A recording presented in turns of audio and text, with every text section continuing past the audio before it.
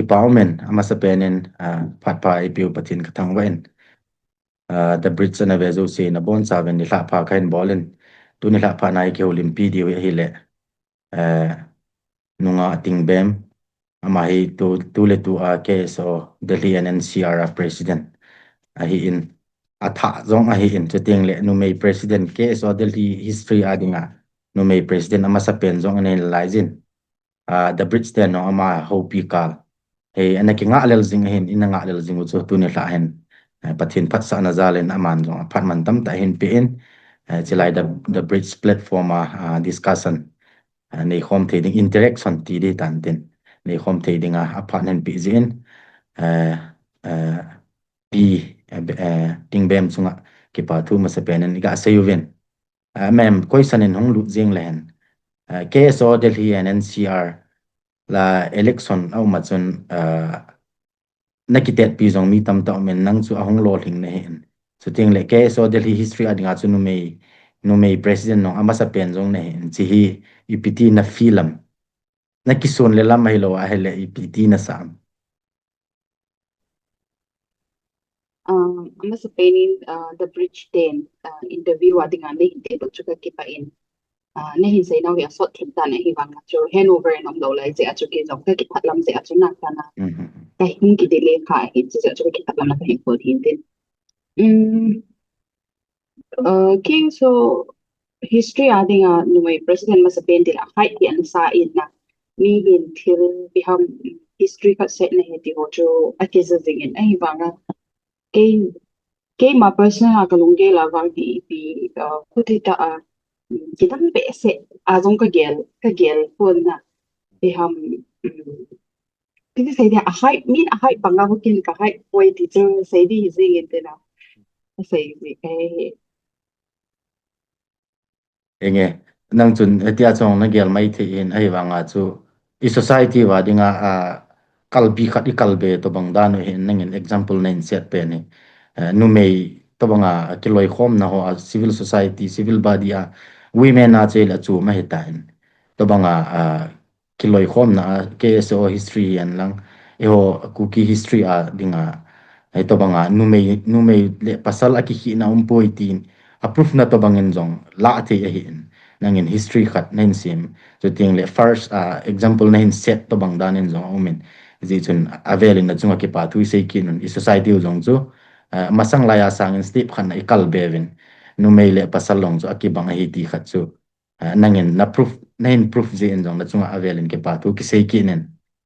mabana hi eho hi gal din mun hung hi ta ji wehin simlai chapang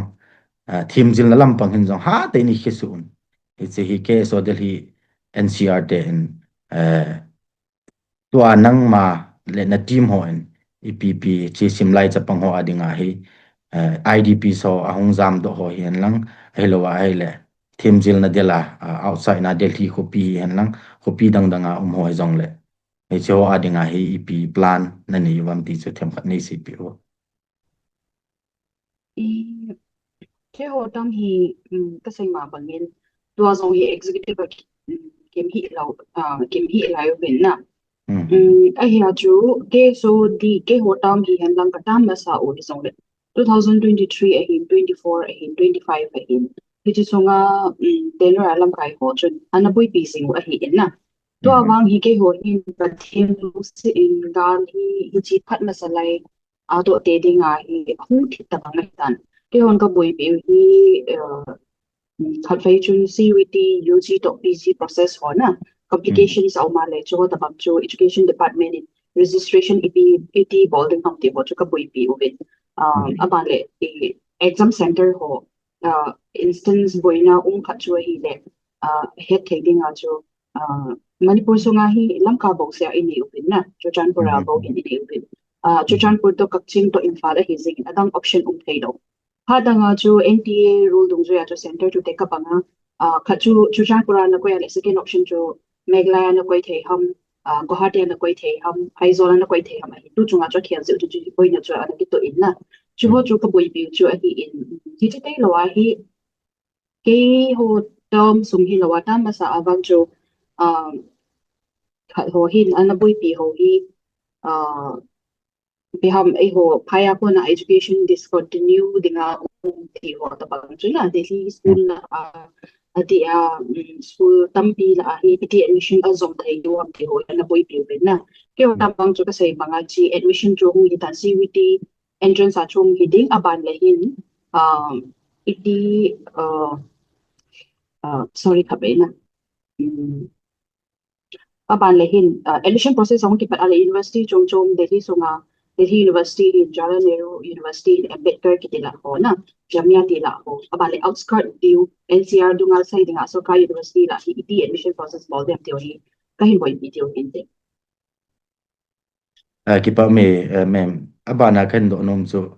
nangin chun simple ta ang na gel mai the chu ting le anjo ana sei banga chu za chum loi loi jong ka gel pui nu me khat hi ta banga society panmun len khat student ke loi khom nei jong le e ke chun aki hi na aki khel na lam dang jong imang ka he na ti banga chu ke nong kain ta san kain he thim hi jing jong le mi pi a he thim lo jong ding a hin na ama nu main ipi tup le doi aneya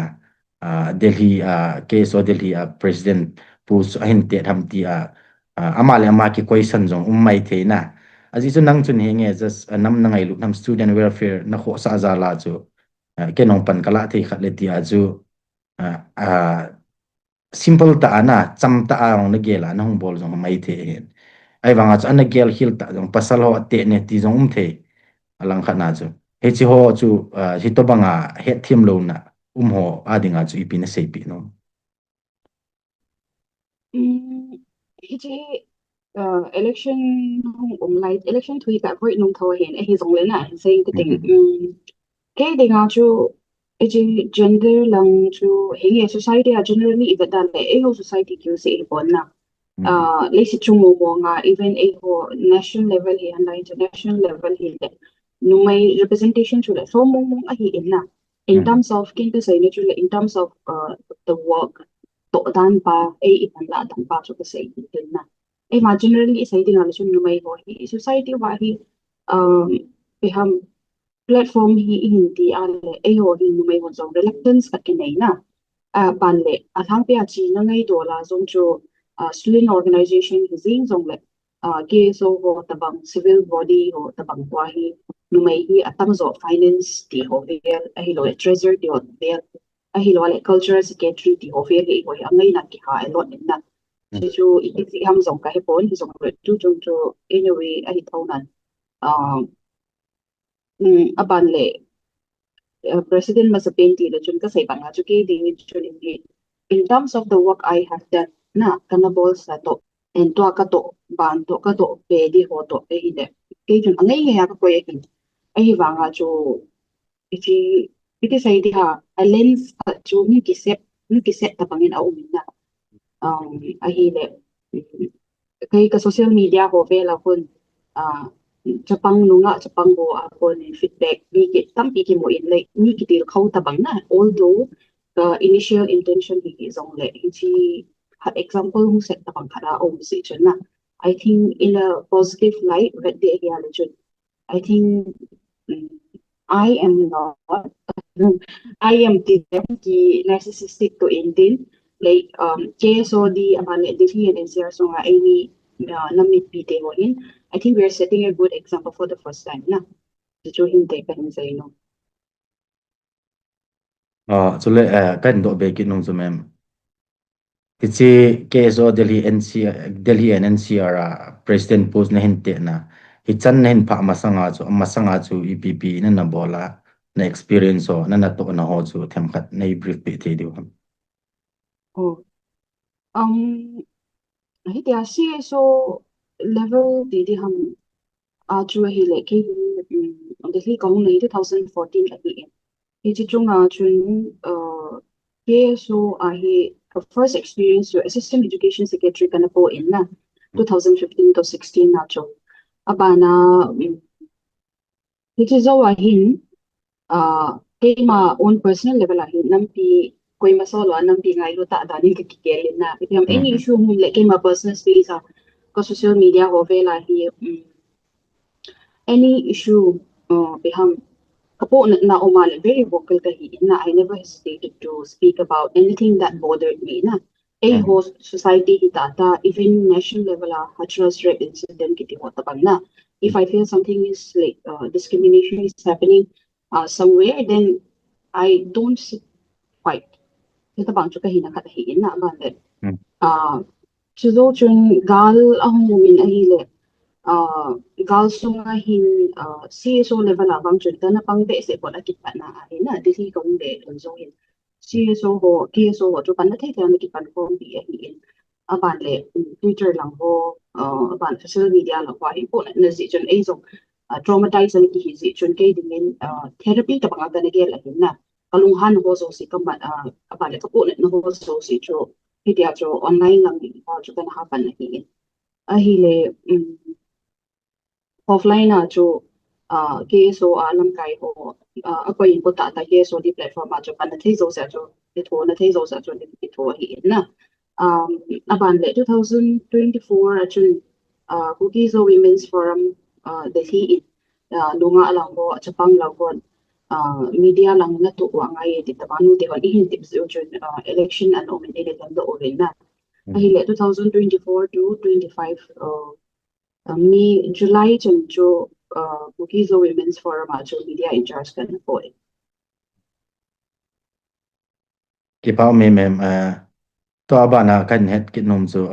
na to chu nang ke so chu het khat ke so delhi NCR chu president khat chu nong hi do tan ke so ti ai le chu student lang chu hi jing in na ai wang ni ho society a hen ke so hi forefront na front line na ad ha dinin na kamu in ke mu danin hi chi hi nangin ipiti namu KSO in general ina sai banga chu akhang tha atam zo ki ze a hi to le tham lang ti phale KSO hi a ke ha panin na dithi context a sai ding a chu NP kinei welfare kinei women's forum zone kinei a hi banga chu manpower ti de ham ipyam khat kin gon di ti phale atong a thai abui pi chu KSO ki ze in na in langa zong chu chu ti ding ka ta sa din na e pai ko na tam pi um zong le this is true. I think so is game personal opinion abang it's like grassroots level governance abang yung kagelin na mipi to ay ho lam kai ho ki ka ding mo dani kagelin na ipan mo ni kasi actually I think we're also playing a very crucial role na hachi kan do lo na chu critics hin na KSO hon jong student lang ki bui piu hen ti mun khana khana hin se yong ji hin na hi cho ka chu chi ji ach kan do kha hen ai chi to banga critics bolo chu ipiti na don but mo i ke so iti phat le student bau se ti the hi pon na ali di atam pa ma ke so hi city branch jong tam pi a hi in kin mun da nga ka se thi lu ni chu azi chu mun da nga jong ka ka pon aba le experience jong ka nei pon na ai ya di hi context ga sai ding a chu ke so iti ting le students bau iti le very limited a hi azi chu university space I meet hom cha ki workforce for na ke so students organization literally hi bang chu na tong khang tha hi atam zo corporate sector a tong loi government sector a tong loi na ti hi tam ta ma hi chi chun ke so chun ni cho zo si cho hui ko ma hi in na cha chu student in the literal sense ila ale very limited ti atam zo ga he thei ding a chu to zong ke so in hem khat bol te ki ti kin ki nei banga hi le in funds hi ta hi ta hi zo le atam zo hi corporate na to kop loi a hi lo le adang danga na to kop ma na juggle ball ngi ki atam zo ina chu ja chu chi bang chu hung ki thei be se dinga ki ke lo ai ya chu hi chu chun e le ka sim lam hi lo le sim lai chu pang ko sa lo di no lo di ti no zong chu a hi di bon na chi I think balance approach wang hi angai chu ka ke ka thin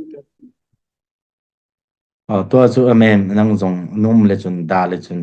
ana ki ging cha nang na ki ging cha yong le chun lam kai lin ta kha chu nong hi ta en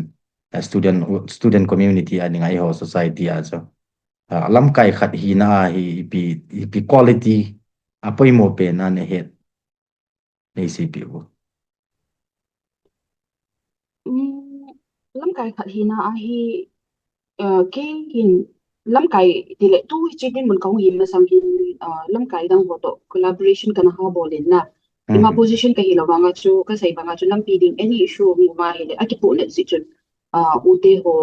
koi lang langa hi zong le pa te ho ani ke ho do tho ta banga hin na ita bang issue hi aum tai ipi bol thei de hom tai mi ke no tho sin na a personal kin da na ki ke la te ya chu pan ani ke la hi si chun ma ichi position ko masanga chu loophole hoi la ya umam ipi umam ti phale jo hi ute ho pa te ho ko ma chi sai zina ichi ti din bo thai le han ti ho chu ni ki ke le ai le ke ma to a hi chi din mo na kong u phat na hi a poi mo pe na ka ge ka chu ngai hat na aban le mi pi la thu sai ke ngai kham aban le impulsive loading ti ka ge thu pi ka thai na azi chu thu khat a api ki ge lo wa nga chu itu sai khat hin impact weightage an ac in na public position na yung khat le chi hi poi mo ka sa he nga ban le mi zo si opinion zo si la so ke di tina hi pon ai wa ngai zo la thei na azi chu min alung ge kha ang sai ya hi le bi ham asai ta zong le no asa hin na e like lam kai khat in ba kalung ge ka sai ai ngai pi e na ti vel lung mon na khat nei si hin chu poi mo ka sai ai wa nga chu ai ni ke ni ke zong ni very impulsive ni ka hi in na kalunga sei sa pet pet mi ka hi in ai wa nga chu tu chu nga he ka ki ham bol the Thank you. Abana kan do non zume nang chun gender problem na nei lo chu. Anjo masalang inong nen sei tan a clear in. Chi chu nanga hin na mi hi gender ang them khat serious ta mi yong hin na mi yam chu ki bang lo hi ji hin. Delhi NCR election la hi hen lang election zo hi zong le ken nong comment zat hong kan mu ji in mi hin na hin sung le long au min na hin pa cha nu me hi le a bol do thei a bol thei pasal a chi na thei lo a sei thei lo ong tam zo a sei thei ding chu ting le nu me fel ta chu pasal sanga zong phazo hi ti loi zong aban le nu me hi ji chun zan khang zan va ya a thi a ui ai lom khat le thu sat lai ho a bui pin ding ho anu me hi ji chun a lai thei pun te ti ho zong hi tam ta men nang in zong na mu ding na personal ta an het zong ding a hin na hi chi ho chu ai le nu me le pasal ki hi na chu hung po do pai e hin hi chi ho hi ipt nang balance ball in ti am chi na king jong kan na ha mo cho like social media min ke thu sai na clip ai lo le KSOD related to phat le ka ha mo thawin tin het him lo zeu hekatinu mana in a way I ho chu we live in a patriarchal society so it's understandable as it chu generally no mai hi it is like no general notion to be hum tile no mai chu it is a woman need protection na our sisters need protection ho aban le pan le in kin ho dong ding ti dong jo hi la general ho notion hi in tin na hi le je achu chu dong so sayo dong hi mai the in tin desi a hi thi ni man ni a uma hi le ki bai po tan ni ko explaining the thing na ke so hi ki vai po na la an new pen ga ti di hin atong pen hi zong student a khang tha la hi se chu na in pi ki nein aban le welfare ki nein aban le KSO le NCR o bi chulai la a hi in pi in thuk ko zo si nam bi to related zo si in pi in decision ala a aban le welfare hin thina man na ho a hi lo le e ho ki vai po na te ka banga mi e ho le ho ki ka thunuk lo ho ti ria na thi jo zo si welfare pa de u de wan apo amu ko u a hi in na ke so in ipyam khat ki na ki do na le chi welfare to in bi lo wa thi ki bong lo he de zo ki mi pi de kon he lo he na chu bo hi I het tim de apa le ke so iti phat le chun tu kuma hi am hon e so lo do jong chu khat e nan tin ke go ka hi pon na ke so de chu ke so de NCR chu executive tampi ki o mai in vice president ni au min general secretary o min joint secretary jong o min executive chung chung o mai in na de hi di phat le ven chung chung ma ong ke in lai jong chu ven lam kai so ke hi in na a thu ko jong zu ya chu am ho hin so ichi executive for hin avenga teka banga dwarka lang chu southway sa hin dwarka lang chu boina bang a hi le chun hilaya executive fat pen pen to venglam kai ho to ki tho kom kom di hi boin na ke hi not langa ka omin not langa boinaw male ke hi ta tai lo executive pat pe ni ke boi ti di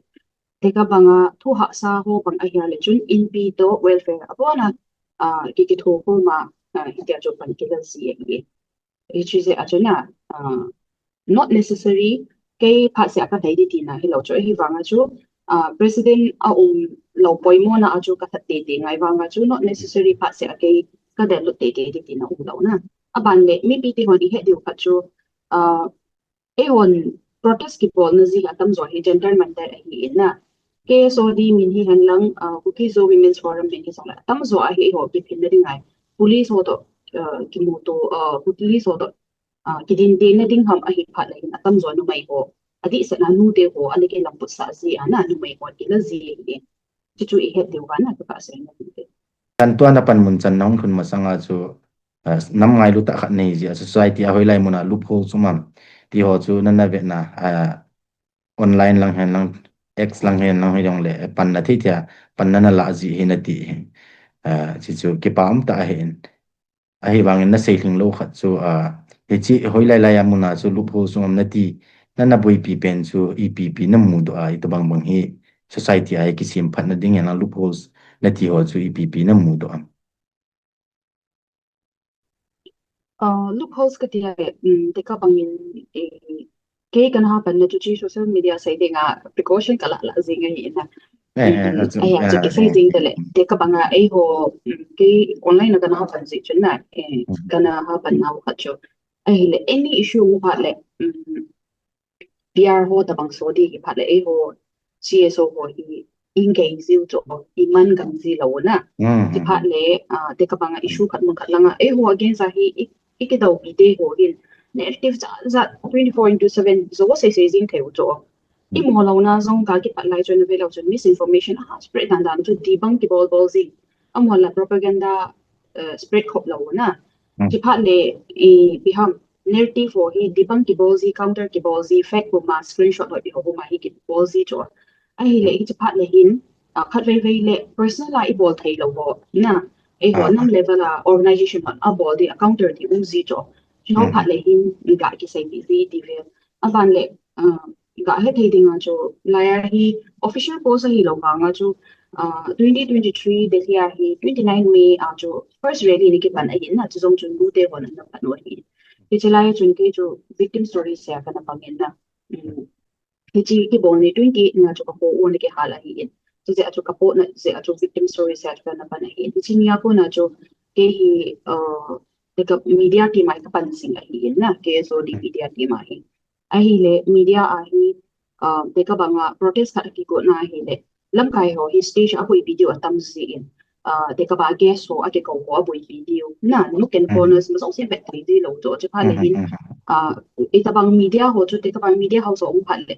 ita bang chu e ho thu sei thei ham ita bang chu e ho thu sei chu manipulate a bola distort a bol thei ham di ho chu a ki he khen zi na aban le now te ho media team hi phabe ba umin media team chu ke so di in organize na bol na ma hi na chu ho bang chu koi chu hindi a sei sa di ham koi chu english a sei sa di ham di ho bel na aban le in langa ki lo wang chun in langa ko na thu so ho te ka bang iso pio mi lo ho to tiu tin amu ho vel to thu so khat hu ma le e ho dinga ku dunga dinga zong repercussion thu ta ta na sa ta thei ho e hon i gel tau ta si cho ai wanga narrative for min an ki si phat le kunu le record na koi dinga e hon zong e don bu chat chat ngai na ta ba hu zin na cho phat le in iki het direct iki het bi lo zong le a het thei ti ko ta bang na i dai pan da thei thei a hi ke pang si a hi ki chi ka sai na hin ke bo ka hi bon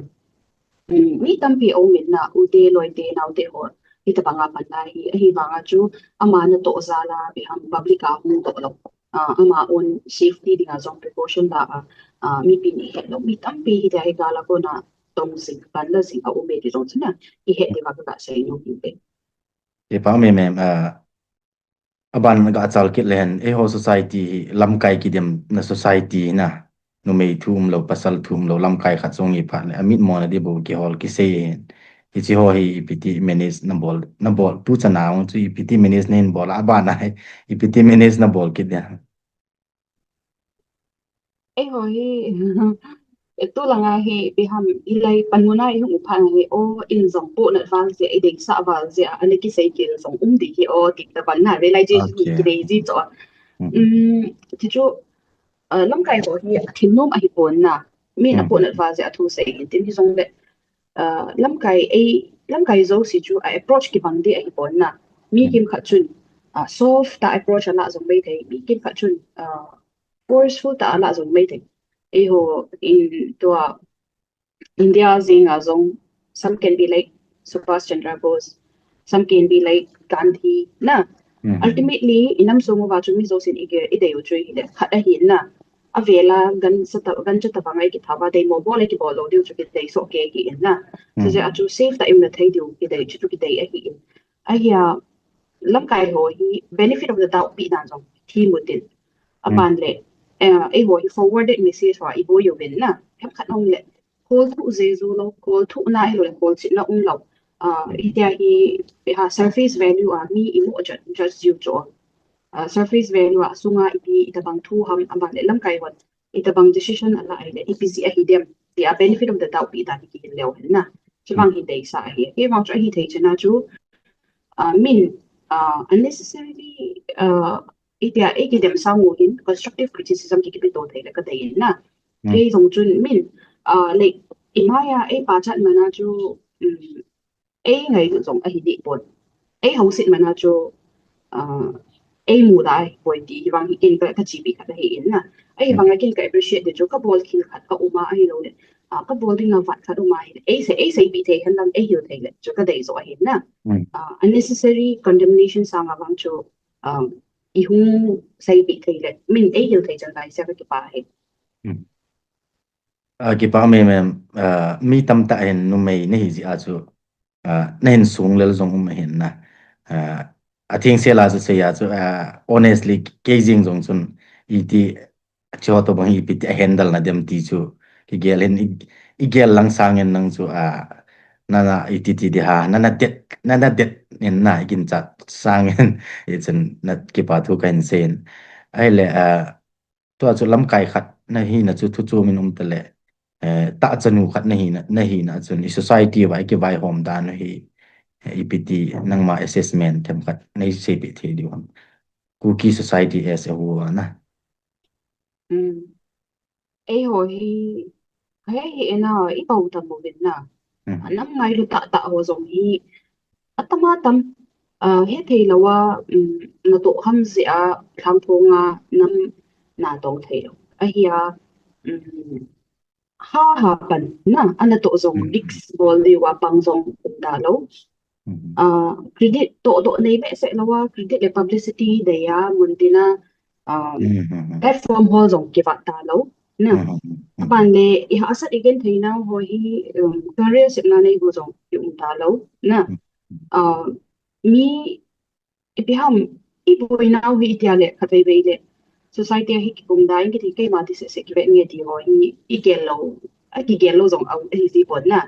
ai wanga Amen. chu piham khat ve ve hi nam ingai lut nei ani ki ngai lu da le a phade ti khat ki gel ji cho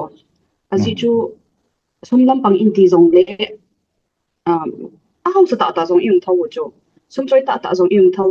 a hi wanga zinka ni tha sun an zan an ki hol tho get thei ta tu chana relief ke ma un zong yung ke no cho Mhm. ironically na compassion wang hi ala sam ki tha sam thawa be gela na generally aban le e ho ki ka hi egoistic pi de ha egoistic ego to be sa mi zong ki ta min tin na ki ho home reason home dealing ki tha sam ka sa na ke ma mo do la so society ti le problems ve le chun problems ta ma tam ai wanga chu hi cho chu ve na I thasi di le chun ki thasi si jing di ai wanga I ngai do le chun I phal zi lo ti di ha I he lo ka ni ki chom do le le zi na Mhm. asal lai thu fa kha ung le ni ki chom le le ti to Mhm. ki su he Mhm. Adi na sei chu e vai vai chat nong tam ta kyum wa house nong tam ta kyum in society balance lo hin na chi hi EPT nang man EPT bol le han chi them khat house na house hong chun vai vai chat hong chu ke ngai lu na hong khan khu hong hi di hin na ichi nangin ipi suggestion na niyam a balance theina dinga chu ichi gap cái vang hin na mm collective mindset này ngay cái tin na collective mm concern này ngay na mm nam in ti phat le hin individualistic ta hin e ma di se kêu zong hi be se lo ding nam pe ya ding a te ka banga ke hi ke executive for zong chu student ngen ta bang tam zo ki hin na student ki hi zong le tong bo zong chu family ham support ball ngen ki ta bang a hin kam ha ma wo chu koi ma mo ki pon a hi le chi balance ball tu ngai in e contribution zong ka ti na a mm dan chu chu society a ha be se ja chu a career hi lo le ama private life bị sacrifice à xin nhiều dòng cũng thấy chỗ à hy mm vọng là chú năm mà đi ngà bằng tệ tổng tệ thì cái chuyện năm mà in dùng trên in trên tổng khởi mình bằng in thì nó dòng ai bốn là năm mà cái mm rest mình bằng in thì nó dòng ai bốn à hy vọng mình iso khăm khăm mình collectively cái bằng không số kế là coi mà đi ngà cái gì chúng đâu thì cái nó đi đâu đi thì cái tạo sản hiện na để các bằng in xung đột hồ điều đấy à đông khát in à đông đông zing à biết khẩn bị zing à cái hệ ngô sa khẩn cái hệ ngô sa zing thì các bằng khẩn na chỉ cho ibo nova nam pi chun individually ke politics a kalunga lut boy nam pi nam thu wai kalunga lut boy itia iki het mo sa wanga chu mun khana issue mun pha de phai sum le la chu min cookie ne he tia e tha thong thong chu la e ho su ngai ki tu mo mo hang wa bi ham min in vet pha le sa kana mo thong thong chu so nang mi khan in itabangin ki het mo se in bi ham individual ke ma bo ka he tin ama ding bo ki po sa zong de ultimately nam pi thu ni pha effect thong thong de ama kêu sĩ lo family zong effect thâu thâu de na so it takes a collective concern ka de na chu se chu e ma ding se ko sa ho zong nhiều khát kỳ kêu thọ theo đến na thì liệu hiện năm dùng gì tầm nên nhiều khát bệ cũng bỏ lên thì cái dùng kia là gì thank you ma'am to aba na kan do nom chu ma'am tham khat city lang chun delhi sung chun hong lut len tu masang lang ho jong chun tu azong hi chu be jong chi di pon tin lam kai khat delhi sunga lam kai khat nei na zal le ta chanu nu mei nei hi na zal len message hong viral om ji in na video clips ei mi nunga zat dang to ki nga ya azat zat ti ho hum ji in na hi chi ho hi ipiti nang lam kai na hin pu sunga hi ipiti na hin su tu ding ham ipi plan na ni ama ma ho ding a to bang ho ta lo na ding a chi pi policy na ni nó nghe nó độ bên đi cái kiến trạ đó này thì năm năm tụi cái chuyện thì lại mấy dấu sĩ thì cho bây giờ thì bốn nè năng nhìn năng độ bên đi I think like ấy hồvet dinga năm pi số mình sẽ đã ý đúng hạt năng là gì hồ bố mình thì có yes tạo yes ra yes nè yes aha à dễ chú có lẽ rất đang tụi cái chuyện dấu sĩ chú mi tụi ta lâu ấy lâu lại mi phải lâu ấy thì bốn nè thế các bạn gặp về sát là đi min phát gì này eho tua kal sunga vocal mama social activism so no lady ho vel ko a in nei bu na hepa vel song ko ipat chom pi dan ho on the behind the scene aha pandan ho na mi dang tam pi ko le vai to ki chenga e hon ipat chom pi even connection ho a min pha ilai min pha ding dong bon tin mi tam pi o min na mi zo se hi di bon chi se achu za dang to ki chen zo si na phamo thì na hi bon na ai wanga ai hon phamo i sau hi bi ham ka sei banga chu za dang to ki chena zong le am ho zong a in chen ki su hen lang na ai ho dinga phat chung nei yen am ho zong ka sil sen hen lang hin a koi koi dinga chu ki pa mai an zong a hi en na ai le le thi nen ser songa hi cho to bang ke so ya tam zo hi ke so in bang ki pui pi ta lo a hi en na joy welfare in a pui pi si a hi en na mai na nga te ka sorry teka ba nga pasal zong numay lama ki sa kalam yung tena abale zinay na azong kituklaw ilang ako na hung zama de thea ki sel TV zong kesi um kay sa nga hichi tu ho hi welfare day lang kai ho na kya ubi thai de le na de de la ha he zo de hi na kasi tu chu do kan question pen chuna mem nang long chu mm nu mei khat nei za la chu tabanga nang jen na focus chu zat dang to ki cheng ho en kan sei pen chu nunga chapang hi ki ngol sa na party ho mm vela chi ho chu ama ho dinga chu mm he nge na hon KSOD na don sa ta lo welfare ten avet ko lo hi zong le thu khare ta en nang chu nu mei khat ni na za la chu nu mei chan om pi ho pasal hi zong le to banga ki ngol sa ho chu ipi na sei pi no mam ka ti Ke wang chun personally ke malung ge la wang chun na mi him chu koi ma chunga ke ma hin ko zinga zong min ama opinions views min impose ai bod ka dai bod na chita banga chikin zong ka principle hi mi chunga ka opinion say le ka principles chu impose ka bod no bod ai hin ai ma ding ki het angai ti chu iding ki het angai ti wang hi ka dai sa kha dai na ita banga hin ko ka mana hi de me, not just me. Kay hin ko man jun ka insung itabangami na Vietnam, ko society sung itabangami Vietnam tiju. We have tiju ultimately ihi na kat ma identity jun I family ilo le. Ichi chi na to reflect about the hi in na. Chidung ju ya jo akwai kwai hin we have ding chang ta hin ko man di bang hi mel se ta man lo di bang jo kidai sa hi in na. Ken ipi song chu ka bol thei di song cho om di bon ka sei bang chuna. Ai wang jing thei ta ma iding ki he na cái action khat cái thu sai khat hi lo le ka hin ko ki man dan hin itabanga kanam pi ka society mi ko ma portray bolam ti hi lungin ki gel thei chi da nam chun dei sa hi adi ki pa me to as abana kan do ki nom cho e subject ki relate be hi zong le ji chu gal din muna ding lai ting le movement bol lai hi ji hen nangen zong i ha sat igen the na ho abona ne het su ke hi ji in hi chi ept e movement pen hi achi dan hi nangin ept na mu am nang ma honest opinion na in movement no hi e ho hi blan ta aga sai ding a cho ik tha phat le bo I thau vin na a koi koi hi mon ana e hung ki thau e hung ki bilo phat le gui sa ziu e wanga public memory hi a chom zi dan dan hi na I thi lo phat le e he to lo cho for instance recently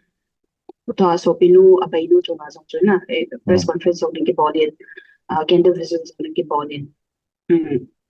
e chu in a way ke person a gelding a cho guilty feeling ka ga ni cho as it chu we could have reached sooner na we could have helped her assist her in getting therapy the over ka gel cho personally ke lung gela chuna chu chu aban le ama family behind privacy concerns ja jong chone ke reach out lo de chu jong chu hi din behind I một giê I mong giê cho min I phiam ka I hung bol lo le e ho hin prepare ki hilaw ilungu va hi aphabe se I yuham among be se han ki hilaw na to je a hi movement no hi kha le hata kino chingin political solution ho bo te ti ta in gel phat le disappointed hi ki bis tu chung ga song ha jong hi vel izat vel za hi nam pi ha ding ka pan talo de ka tia kan no zi hi tam na ka chaka kan no zi e wa break energy I hung ila hung ki tol phat le ahung I tha hung ki do phat ki tha tan ki zi na chita bangko ki hi in so I movement no hi hoi lang I chi diu bang ka he pon chu e ho political representative so to e ho hoi lang lam hi tong hi le am ho lam kai ho chung a hong ki depend it mi ham khat hi na not as the president of KSOD uki mi nam mi khat hi na ke lung ke la wang cho I dei ma cho ultimately na total separation from the matrix cho ultimately desire hi na dei sa hi it is on ki vel chen pom thei di ham na e bol nau chu it is on ki mil thei ting ham ti chu lung mo ngai ti on ki chen pom ki thei di ham ti chu hi in na so in movement we hi thei ban thei han lang if I had the power na the ability political solution chu ki mu zing le ti chu zing le thai be in ki mu thei zing le ti chu e dei sa chu hi in but what can we do it ultimately rests upon the ilam kai ho na political representative ho chom khuna ke ngam sing in you ki pa me kan do dan so na opinion ka ti dan so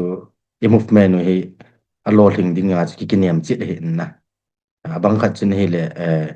ki lo thing pun ti ti a lunggel nei zo min e chi ka chu nang mu dan chu ga het chin no men na me oh ese ki mo inte ki mo ponte ti thu hi nes nei do dan ho na gin cha nang man acha na mu da na okay hi I don't want to have an opinion in a way Everyone I has don't want to an have an opinion. opinion as opinion ka nei nung poi ka ti la chuna ka sai banga chu by any means mo di chu ki tek ka dai hi na ai vanga chu mu dei tina wang chu I don't want to give that option azi chu case like tampi au minna iji ta banga political solution min na dinga hi betang min ichana sacrifice about ham katina ai vanga ai ho chu sacrifice bolu dei chi hi tiu de dile ai ho sum ke ka jong me he tiu tu current situation a jong ai ho internal ra I boina wa tam pe se zin na kin kan sai zin um min ai ho sung ki ka ai ho le ai ho ki ka ki deal sangin za dang nam dang to iki deal ai le nu ka sa zoi ka ti so ka ngap cha zo cho za dang ho to ki na ding ki pun ding ai lo le ki ding de de yong le ko ka sa ro hi ranga ai ho sung a power fit tam var na apan le bihang tia public aga sai ding an lo thil tam pi au min jo vel hi iki su to thai ka siu wa jo I don't think it's ita bang ki gong zong le aji jo mi pi to leadership ho ki ka distress zong hi gap zong hi sang bar ta na so ja chu I can't say ai wang jo ultimately the hope is na ka sai wang jo chi solution nei di chu a koi zong sin ki dei so ke hin ikin nim lao zong in I don't beyond that I can't say anything kiven be se ong chu phanan kiven ong chu phanan kiven be se ong chu cái tục le doi nei su bulit pi zo lo kha di ong chu kan nom di na me cái ti dan chi nge public platform hi ji chun si thi lo ong chum nan te ai wanga chu hope chi nei lo wa ai le ipiti ki sustaining amna ji chun hope chu ki nei hin ke wang chun jang pe na chu one day or the other na ki mu tho tho di ti chu cái dùng các kinh nghiệm này thì sẽ năng lượng cái độ khai tua chu em sẽ ya hele isu pinu ning tin thing chung thua press conference na bol zong nen sen chi tham khat brief ni ga bol be the ding Hiji kenda visit to nikhat masang nikhat gap umai kenda visit ke bolin na abana zan he ajo during the second ajo press conference Constitution Club of India ahun anake bolin ke so di bakai na ajo panel zahin delia de ho het thei ta vocal na gal ki pana ko na vocal sa het thei Professor Dr. Grace Guitevante, Dr. Mary Grace Joe, Dr. Niamthel Ngai Guite, Miss Mercy Kipken, about a new lady, 500, a module na kiko in na, ho si no nga as readable view in. Legend, beha a family te ho, anu victim no, anu jo kanake ho in. Ho anake ho in, ho ako in family, a relative so, a cousin te ti wa hin na de ya o tel zong na ke ko in cha chun pathin lu se in media coverage ta de tan ki mo in na national media ho e ho thu hi a sai dinga mi I ko zong le coverage ki mo zi ta lo cho na mi tha se kam ta even national media house ho aban de amo hi they want to be politically correct sometimes na cha chu zan hi chun bang phat pi khat in van phat ti di ham in media house tam zo cho hung in coverage ki mo zo in na aban le so bi akazin kha zong hau in na na nei hiti chun apha cha chun paten loading serin an ki chai ti chu in te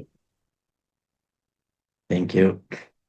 abana ken do nom chumem eo society in zo anen se banga chu khat le khat kita santo na na kigin mo na hi society wa sang ta au men lam kai le mi pi ke ka zong le lam kai le lam kai ke ka ji nga zong na chi kita san le na pa hi sang ta au men hi gap hi how do we bridge piti see I think like when we all start to work in earnestly na lungting sela selfless ta ipanova hi le ti chu hi cho e ho beham eu phale the user ike ho no hi beham ti le I e ai yam hi lo hom ke lo chu ru so ki nei lo chu e va chu te ka banga si so a mo chu e cho do sai tao chu na e lo le e ho thing re in e ho tu te nam se pe nei ho chu amon e government na cho do hi ta chu ti ta bang generative ki nei cho a koi koi in chi hi ru fung lawa e ha sai dan hi a ung ham ung long zo chu ka he pon e va chu hi hung ki ho khom thei phat le hin hi chi hung ki bridge ding in ka ge len na si so hi ta ta nam se pai hita ta hobung langa hita ta mi pi hita ta chi phal eke ha ho hom chan wa chi communication gap hi a hom chana chi ibris devin ka king cha ina aban le akoi koi social media khang hita technology khang hita thu sei lang phang ti wang ki control na tin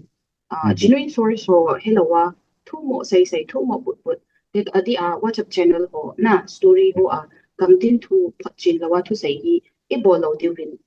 ka sai na chi chu moral chi dung zu ya hi immoral uzong khat vai le down zi khat vai le ei ho le ho ki pin kan thai ti fiel na a sin I think communication is the key na joy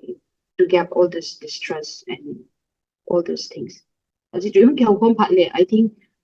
idi na hi ta ilung gel chu chung chung hi zong le khau kom thai phat hi we can reason together na I think that is the key di mem KSO Delhi langa chum ana lut kit lehen KSO Delhi chun thil tam ta nan bol do ben na tam masa yan lang tam masa yang gal hong ki patna pana he KSO Delhi hong popular di set nen na ai lo hon jong hong kya he di set na chu pu pau za khu lam kai na han to lo vin kum ni tam ni hen pu en ban nang nong hen ma bana hi nang ho capacity ati tang na nang ho ball thi nang ho boundary sunga so mabana hi keso tile student to kisai bang chun zo ai bulangai sei bang chun nampi level ang nam isu ho azong ki kum lo ji zong lo na mun ho tam ta hum ji chi ho hi tam ma sa sanga chu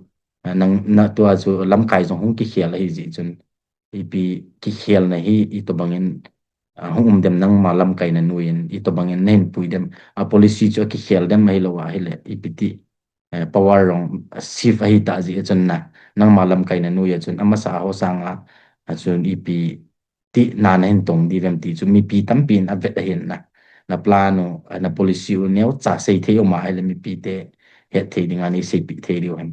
request he question wang he te chi ika điều vào cho cái số đi cái hồ mà sang bé ao dùng ăn uống sa tu hi e ho aki se atu phana hi in pan na thei thei ke pang in di thi kita ha hen lam e hung ki pot song pe di hi in he chi platform a bo ina e to thei thei vai to hi in na gal na kho lai ta chun alam kai dong zui in yam i to dan I pro zong hi achum chu min na ke yes pang yes hi ka he thei ri nga chu 2023 ga hung ke pa chun lam kai ho chun chilaya an lam kai ho chun document lang an to pi sau len na in isa in la lo isa tai ha am atia mo hin ilanga hi an pang wa asun azana hi ul thei thei na ko wa in ki han ha bo chu in terms of rules na kai sunga isa ti ke man sa ya chu ni isa ti ito bangam ti ho chu unveiling tragedy agiti in le kha bu khat tam pe khat so ovin na ahin le hi chu zo chu amota mun ki chain to ku ko loi u pau chu ko loi pha da hu in amota so hin amot ka muda media la hin ko sa ovin na media langa narrative langa hin ha ta in pang vin ama zalin zong e ho nam so hi mi chanam khat a move zawin na ama zong nam ngai lu ta mi lung thing ta hi very selfless hi in na khat mi khat hi in a hi le ama ta hi ama zong to adithia hi ta pon na sau langa PAC boarding hi ta in a hi de to hi ke hota ma hi ke ho dong ke la wang hi a ho dong zui ya cho ilang ako na ichi issue ong me di lawan chun so chana cho pan ke la ding a hiya kisai banga cho media a hi thei chana ki different ti ke ho dong ke la hi azi chu student ho zong ki na lain ke bo ka hi pon executive ka chan ko pi ho zong na student supply ta bang atam zo hi in amo zong ma ko future ne yovin a hiya chu lo ki ta nang pia dinga pa thei chana pan ti chu kan ge lo hi in na a ho dong zui awang chu nang pi issue chu ke gon we have although we are not a political entity and we are just a student organization ke gon ka bol thei chana chu ka hin bol jing deu he na ke no lo de chu hi Enge ki pa me mem thuman tam ta nei si pi una nangai hon jong phat chum na anei diu ka kinemen chu ting le nang ma zala society a step khade khang tu ta ti chu mi pi zo se he che da bridge na ve zo se na het the diu pong ka kinemen aji chu ma hi first women president KSOD&NCR in lai ti chu avel vela ka ki pa pi be se je chung ga phung do kinen concluding remarks ai pi na sei no mam Concluding remarks na ki phat long mong sa men la. yes Nam piu hi nam ngai lut na hi ki mo pa da hi zi bon na nu te pa te ho hi hen khang tha ho hen ko hi so le nam ngai lut na hi in su ma pa ki pan de hi nam ka ngai lo e ti le cha te o hung coming generation hi ki train o angai ti hi concluding remarks din na ka say inyo ka say sau zep yes di le yes hi chi lung gen po ma chu tu chung ke so the executive force of hi khang tha cha cha bi sim di build khang tha cha cha society a pan mon ni la thai ding na CSO la leadership training ta bang ki ke se chu khang tha cha cha mi ta bi ke la hi in na to to to ki zo tam bi hung mai the hin atam zo thil pha i ko zong le igel zo si chun thil pha so si hi lo si chun na please be patient with us and making it be now zong chu ka he thim obin ka he mama obin min making it busy or usun expectations of asalin the responsibility zong agi di sa in zong le tau na in ki gel do zi budin na ke to so na thai chan in ke to so din to hom na thai chan to hom de ti chu pe sai no in de. Thank you, ma'am. Na ho zong ha panin hong pang wen lang. Na me pi ten zong na hin kinet pi wen. Na pathinin dam na pi wen tinum na mun chi no ba na ho zong ha panin hong pang wen lang. Isu dung zu ya, apat dung zu ya. Apoy mo dung zu ya hechilai the bridge platform a zong ki mu tu ki dio. Ki ne men. Hechi ka si ki mu ki ka si ucho. Na chi no ba pathinin dam na i pi wen. Hen ti chu a chai na ka tu chai na hin tin. Ki pa e ma'am chan tu ni lai program se chan chi tan